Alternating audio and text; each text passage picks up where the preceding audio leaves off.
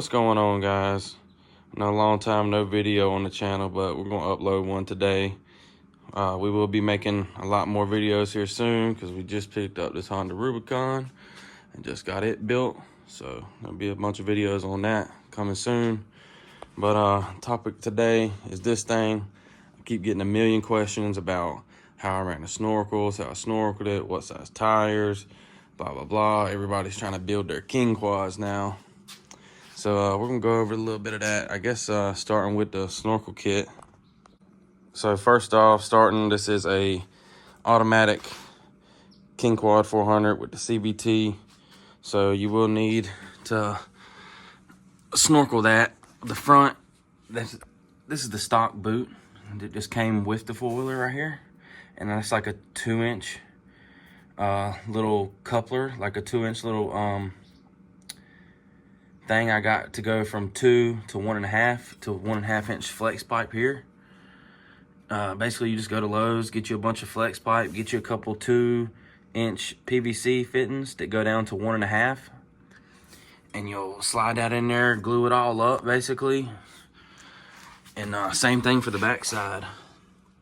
I just got a 2-inch 90 coming out of the back, glue that in there, and then it's got a coupler that goes from the 2-inch 90 down to the 1.5 that fits into the flex pipe. And you just glue all that together real good, silicone it, whatever you want to do.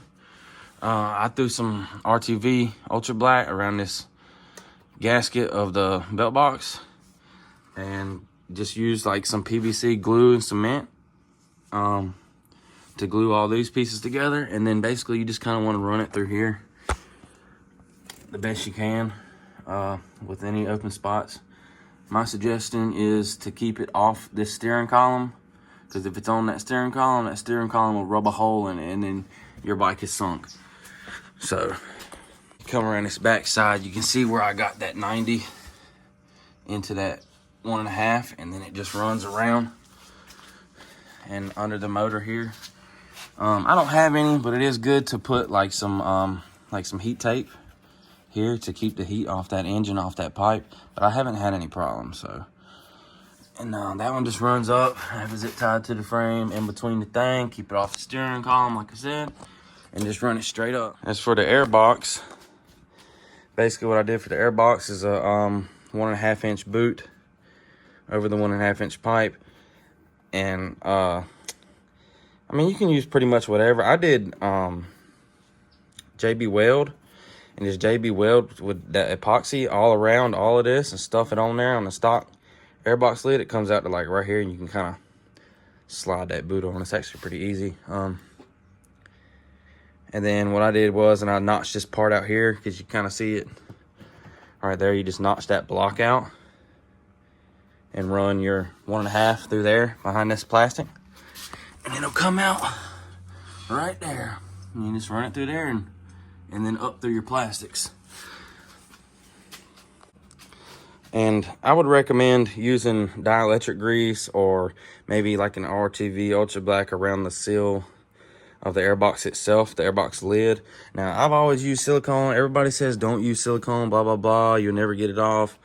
Silicone's not that damn hard. I don't think silicone is that strong. I've always been able to get my Airbox off with like a little screwdriver and a little bit of, you know, it kind of comes out. I think it's fine. I have mine silicone, but if you don't want to silicone it, use dielectric grease.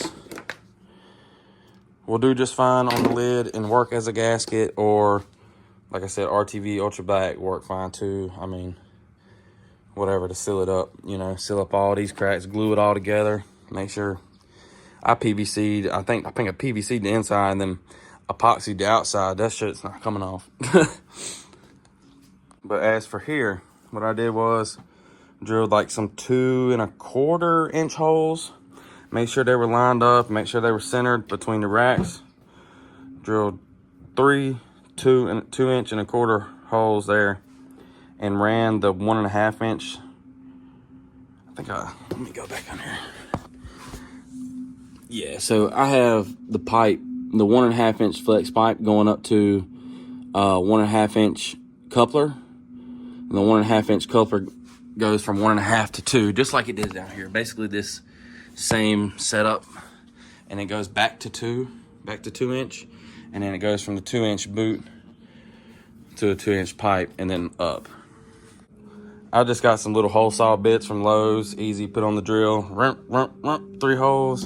And then this is kind of what I did for the vent lines, which I didn't end up needing that vent line because you don't really need but like 3 or 4 vent lines on this bike, but whatever, it's there. I mean, you can do this a different way, or you can kind of do it like I did, you know, whatever you like. But as for vent lines, obviously this one's nasty, but that's my front diff, rear diff, gas tank, and your radiator fan. As you can see here, I just got this ran down to the front diff, going off into the little tube on top. You can see that there. And you can glue it on, put a clamp on it. Mine are pretty tight, so I just put a little silicone on there. That shit ain't coming off, it's fine. And your fan vent is just right there on the front of the fan. Pretty easy to find. You just kind of slide down there, throw a little clamp on it. Like I said, glue it on, silicone it on, make sure she's tight and not leaking any water. Rear diff vent line, same thing, just right there on top. Got this ran, I have it zip tied up with this rear belt box snorkel, and it just follows that all the way up. Snorkeling this bike is pretty easy. It's just like any other bike with a CVT intakes. Just take your time, make sure everything's glued, make sure everything's nice and sealed, airtight. And my suggestion is to go through these little fuse boxes. Not very many on a Kingquad. So you really only have this fuse box, which there's about 10 fuses in there, I think.